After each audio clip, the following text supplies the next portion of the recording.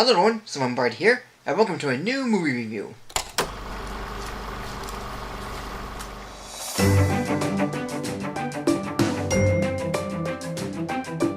Movies that star animals are often overlooked when being upstaged by big-named actors.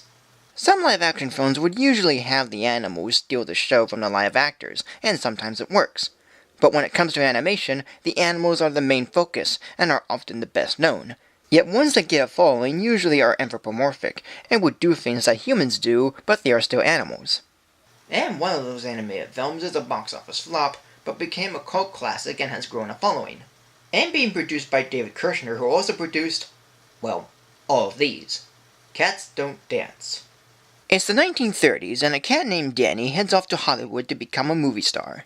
He enters a movie studio called Mammoth Pictures, where he lands a role as just a cat for a Noah's Ark movie entitled Little Archangel, which stars child actor Darla Dimple, who might be a sweetheart on camera, but is really an attention-seeking and fame-hungry animal hater with a very bad temper when things don't go her way. Yet Danny, while among other animals, upstages Darla during filming, and Darla's behemoth butler Max teaches Danny a lesson.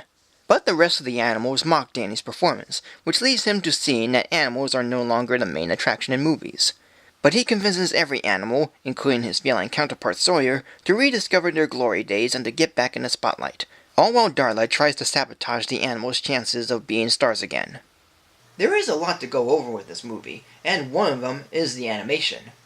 It's pretty amazing. The quick movements and energy it has makes all the comedic moments really work. Okay, it's not a laugh out loud or a joke-a-minute film, it's mostly a crazy and very energized cartoon. But the animation also has its slow moments, and would even have smooth animation too, so the entirety of it all is a marvel to witness. The songs themselves are pretty fun, with little memorable lyrics. They're all done by Randy Newman, and being his first non-Disney product, it's sort of fun. Yeah, they're not too memorable lyric-wise, but they are a little. Yet for the most part, they are good. There's also lots of references to classic Hollywood, too.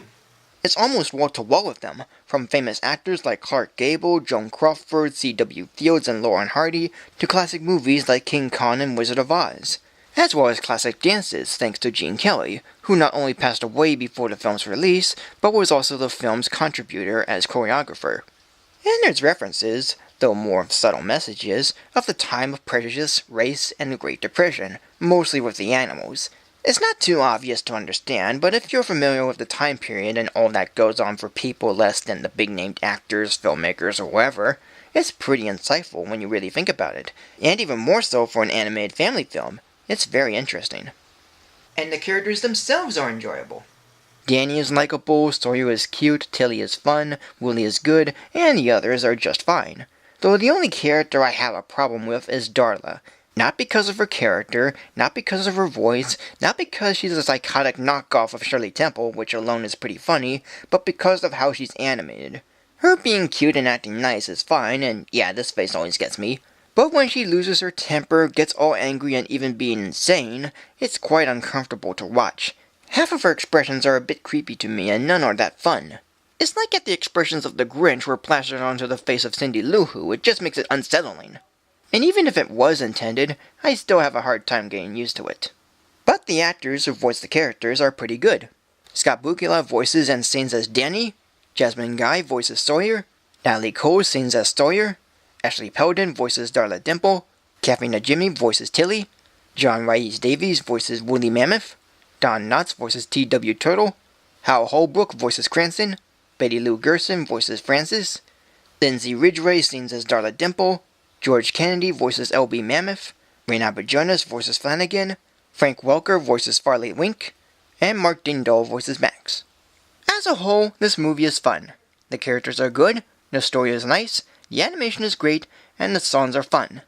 Director Mark Dingdall has made a pretty good film that has subtle messages of prejudice, yet has lots of references and parodies to classic Hollywood of the 1930s. At times it could have had a slower pace and maybe had more character development, but the simple yet fast approach it has makes it a wonderful musical comedy.